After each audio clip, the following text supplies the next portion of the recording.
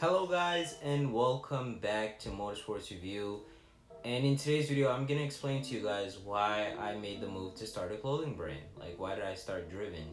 You can, some people might consider it, an apparel brand, merch. It's not really merch. It's not merch at all. It was never intended to be merch. The reason why I say clothing brand is because I'm gonna explain it pretty soon in the video. But yeah, I'm gonna explain to you guys exactly why I started it and why I made the move so early and why I call it a clothing brand, because some people might consider it merch when it's really not merch. So yeah, but before we get into today's video, make sure you guys like, subscribe to the channel, and also hit that bell icon so you can get notifications when I post on YouTube. Also, make sure you guys comment down below so I can get an idea of what you guys want to see on the channel. But yeah, so in today's video, I'm going to explain to you guys why I made the move to start a clothing brand. This could be us. So back to what I was saying. Could be us. The reason why I started a clothing brand, well, it's simple, because I wanted to. Alright, the video's over now. I'm just kidding. If you're still here, you want to know the real reason. So I started this whole thing because I wanted to start what I envisioned. I had every resource to do it on Teespring, because Teespring, the platform is perfect the way it's set up, so that it's like much easier for me to get what I want to accomplished. And that's really what mattered to me most, is being able to actually put together something. And for me, I wanted to take advantage of every resource I can get my hands on. So I wanted to start it like now, since I can do it now. Like, that's how easy it was on Teespring. And I had a lot of these artistic ideas that I could add to the shirt to really give it that feel, to really get the buyer's attention. And the people that I'm trying to target is like, hypebeasts, because they're the ones who are constantly collecting apparel. They collect a lot of apparel, especially with like brands like Supreme, Off-White, Balenciaga. I mean, you can name them all. They would be willing to spend thousands of hundreds of dollars. So for a while, I thought about it. I said, I should probably get into this market, because attracting buyers like that would bring major income to the channel. And that's what I wanted to do, because my whole vision is to start a circle of businesses that can relate to each other. So Bleed Music Invest. Enterprise, take lucrative steps. We got a core business, which is for me music, but then it's about building an enterprise around it. And I think, that's what we see Jay-Z has done. That's what we see Puff has done. The music don't become how you pay the bills. It's a lot of pressure off of it. You got other things bringing in income. You can make music solely as an artist. Like a circle with the same concept, same idea. That's what I wanted. And I had Motorsports Review, so I was thinking for a while a name. I was looking for logos, and then just one day I was just like, man, it's gonna take you years to figure out how the logo is gonna look. How about you just do this, throw on this, throw on that, and boom, you got a logo. And at first, I thought it was gonna come out ugly, but after some time I found the right font, and then I'm like, man, we need an actual logo, like a symbol or something. So I said, before that I came up with the name Driven. And I was looking for some fonts and stuff, and I just found the perfect font. Then after that, I went to look out for a logo, and I said, man, what should we add for Driven? So I was like, let's add a wheel.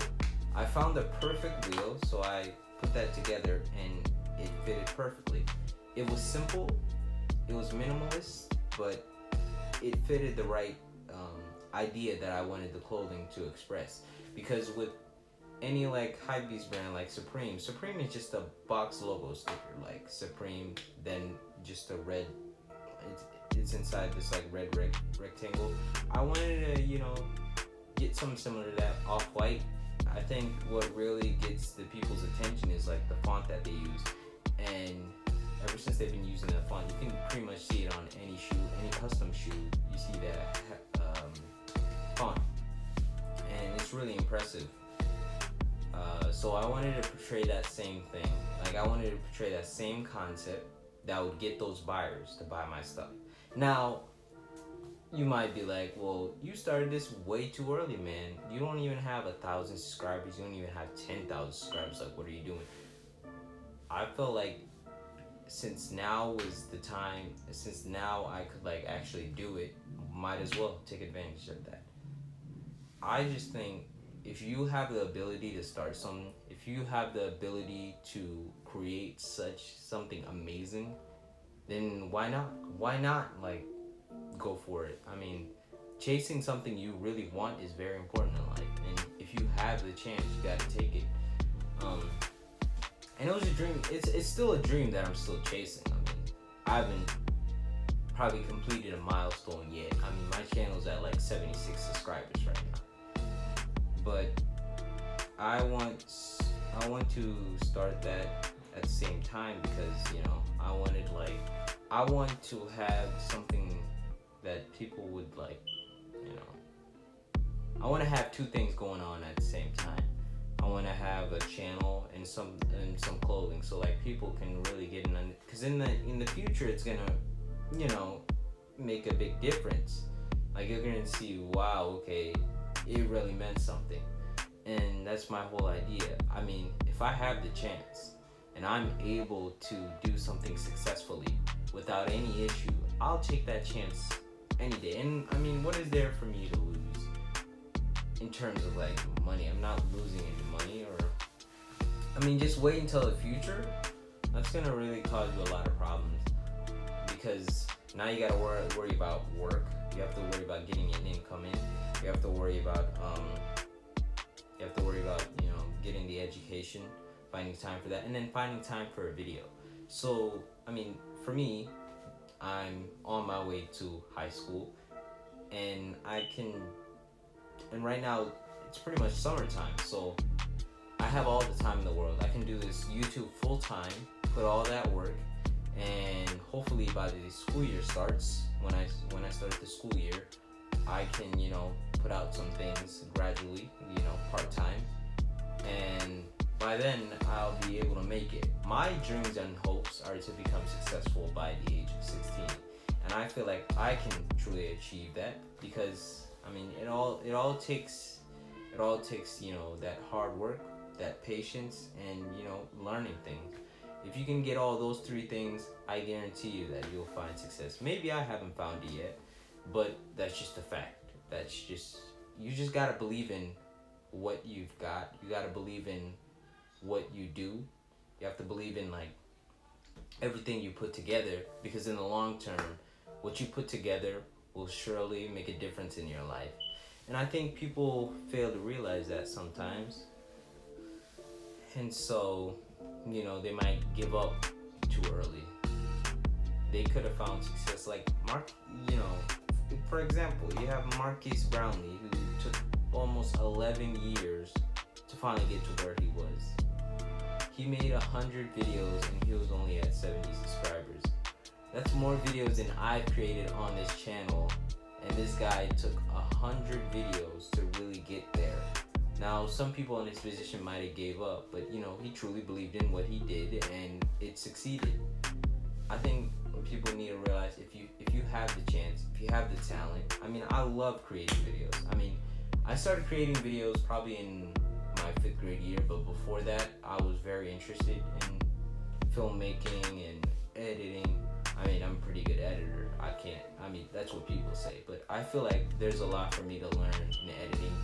Those are basic edits. If you find that amazing, you have a long way to go. I mean, there's some really impressive editing out there, but I guess people are kind of amused because they find out that the truth is that I do pretty much everything, like editing, filming, and like creating like clothing. I do that all by myself. I guess people were surprised that I was editing these by myself. They get back to me, oh, well, who does the, editing for you? And I'm like, yeah, I do that all by myself. Like, no one edits my videos for me. I do that all by myself. It takes a lot of hours. I put the hours, I put the research. It takes tons of hours. It probably takes me 12 hours to really, if I count it all together, 12 hours to like edit, put together, a video. Oh, and the research. That's for like one video probably. Maybe at least, for this video, it didn't take me much research, but it could take me almost 3 hours just to edit this video to give it the best quality I can. And that really, that takes a lot of effort. That takes a lot of time. You gotta push to put together stuff like this.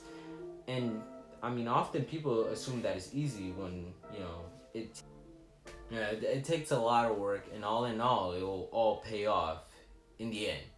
So that's really important. That's something you guys gotta keep in mind. So I'm gonna get into now, what was I gonna get into? Let me try to remember. So the reason why I say clothing brand and not merch is because, with the idea of clothing, my whole intention, I started with Teespring because with Teespring, I make the profits, but I'm not losing so much. I'm like wasting time, time is money, and in a economy sense, because, with time, one's money, The more time you waste, it's like wasting money, pretty much.